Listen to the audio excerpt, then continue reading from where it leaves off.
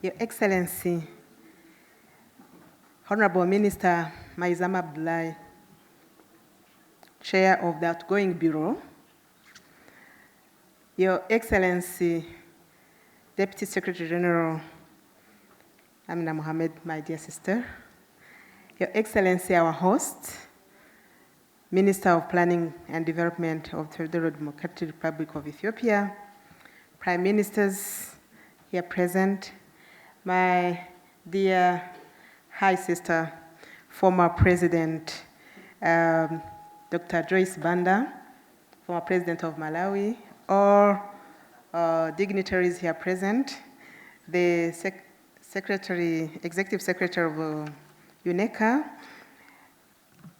Allow me to stand on already established protocol and to tell you that I'm happy to bring you greetings from the African Union Commission on behalf of His Excellency Musa Faki Mahamat and the entire Commission.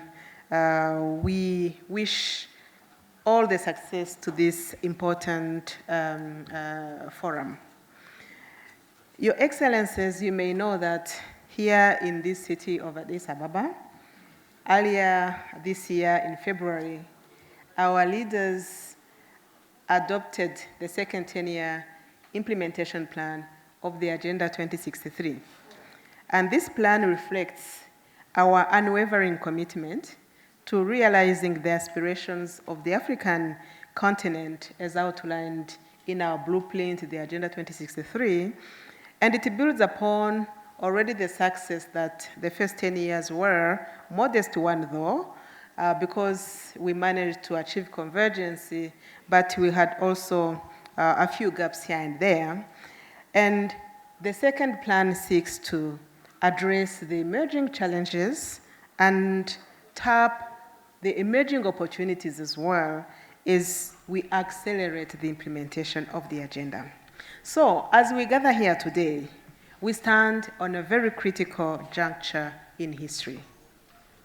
We find ourselves faced with the formidable challenge of eradicating poverty and reinforcing the 2030 Agenda for Sustainable Development and Agenda 2063, the Africa we want, as I just mentioned. This is not just a mere goal. It's a moral imperative. It's a duty of uplifting the millions of our brothers and sisters who continue to live in poverty and deprivation. To step up our ambition and innovative solutions, we must acknowledge the urgency of the situation. We know that already we are not in a good shape, but because of the many crises, recent ones, we have even made a few steps back. And we cannot afford to continue business as usual. Business as usual has been partly to keep thinking that actually sustainable development is going to be delivered on to Africa by the others. But from many experiences we have had in the recent past, we are more and more convinced that actually sustainable development is going to be delivered by ourselves on the continent. And what we need, thank you, what we need is just to make partnership and a collaboration work to take us back to the basics. The basics we know are that we need to look inward and make sure that we create strong institutions that are going to be accountable to the citizens and to deliver what the citizens need. If we need to talk about development, if we need to talk about security and stability, if we need to talk about good governance, what we need indeed is for governments to do the basics of catering for their people. But we acknowledge, like it has been put, that governments on the African continent currently, given the path that we have gone under, are facing tremendous challenges. Some self-inflicted, some also coming from the external forces and the context in which we are developing currently, which is actually making the world retreat back to selfish interests. So with that, then we need also go back to doing the basics of correcting all these gaps and inefficiencies, which is where our collaboration between the African Union and the United Nations is key, so that we bring back that conscience and that spirit of collaboration in our several multilateralism fora. Another set of basics that we need to do is actually to de-risk private sector capital, both on the continent and also from foreign direct investments to come, including multilateral financial institutions capital. We are talking of climate finance. We are talking of financing peace and security on the continent. And we need to go back to the basics to make sure that we unlock all the pipes that are holding this flow of financing to come onto the continent. And we know some of the buttons to click. I know that ECA, you've been doing a lot of job in terms of coming up. I remember the conversations we had during that conference of ministers of finance about really what needs to be done by ourselves and collectively to unlock that financing and let it flow. But we have also to work on domestic resource mobilization. That is also the basics that our governments have to do. And that is if we are allowed a very fair and inclusive taxation regime globally. We've been advocating for these causes as African Union, and we are going to continue leveraging even our now being a member of the G20 to continue hammering these messages. We need all the conditions for the markets to work for us like they work for the others. And for that, we need a few things. We need that we are not charged an unnecessary premium, risk premium, that is making borrowing expensive for our government and our private sector. That is the basic that we needed to achieve, and we can do it.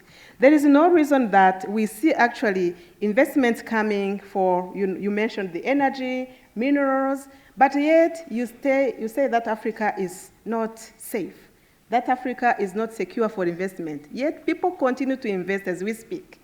So we want actually those realities to come to the fore. So as we talk about sustainable development, and during these few days we are going to be having, we need indeed to underline sustainable. Sustainable. What is sustainable? You cannot sustain something that is not already there. So what we have here is us, is our resources, is our human capital, is our natural resources, is our private sector, is our women and youth that are there and ready to work and are already doing a lot. Talking of women, I'm looking at the former president, Dr. Banda, and if you heard her story, and the women with whom she's working to produce from the land and take to the market on the continent and outside, then you know that we have actually what it takes to really sustain development on the continent. But, thank you. But then we were chatting and then she was telling me, my sister, the drought. And she's true.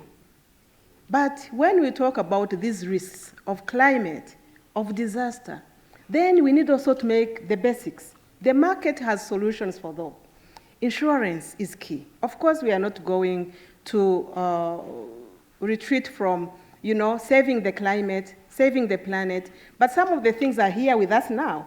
It's not going to wait for us to achieve those targets that we have set, of which even financing is not flowing to. But we need also to make few solutions that we have on the continent, and insurance is one of them. As I speak, I appeal to our governments, our member states, to consider actually embracing those solutions. Like we have this Africa risk capacity, and not all the 55 member states have actually bought premiums in that mechanism that we have, which is a beautiful partnership between the African Union and the UN. And this is a market solution that is already working, solving a few issues here and there, but we need to embrace as we continue to talk about sustainability of the development outputs. So as I conclude, I wish to close by maybe making a call to action for all of us. First of all, to really synergize our efforts, because we need to, especially the two institutions, the African Union and the UN, continue to enhance the mechanisms you have put in place. I'm glad the college-to-college fora are working so that we continue to harmonize our strategies. And then on the ground, also coordinate our action. We need to leverage on each other strength and budgets and networks so that we de-risk private investment and international finance to flow in. And this is through transformative initiatives, such as some of which have been mentioned by the Executive Secretary of ECA. Then, of course, you have one framework for which our member states are going to be supported by the African Union and the UN. So we need to really domesticate this framework in our respective member states. We need to collaborate and engage all the forces, private sector, civil society in country to really align to the implementation of these same frameworks, Agenda 2030 and Agenda 2063.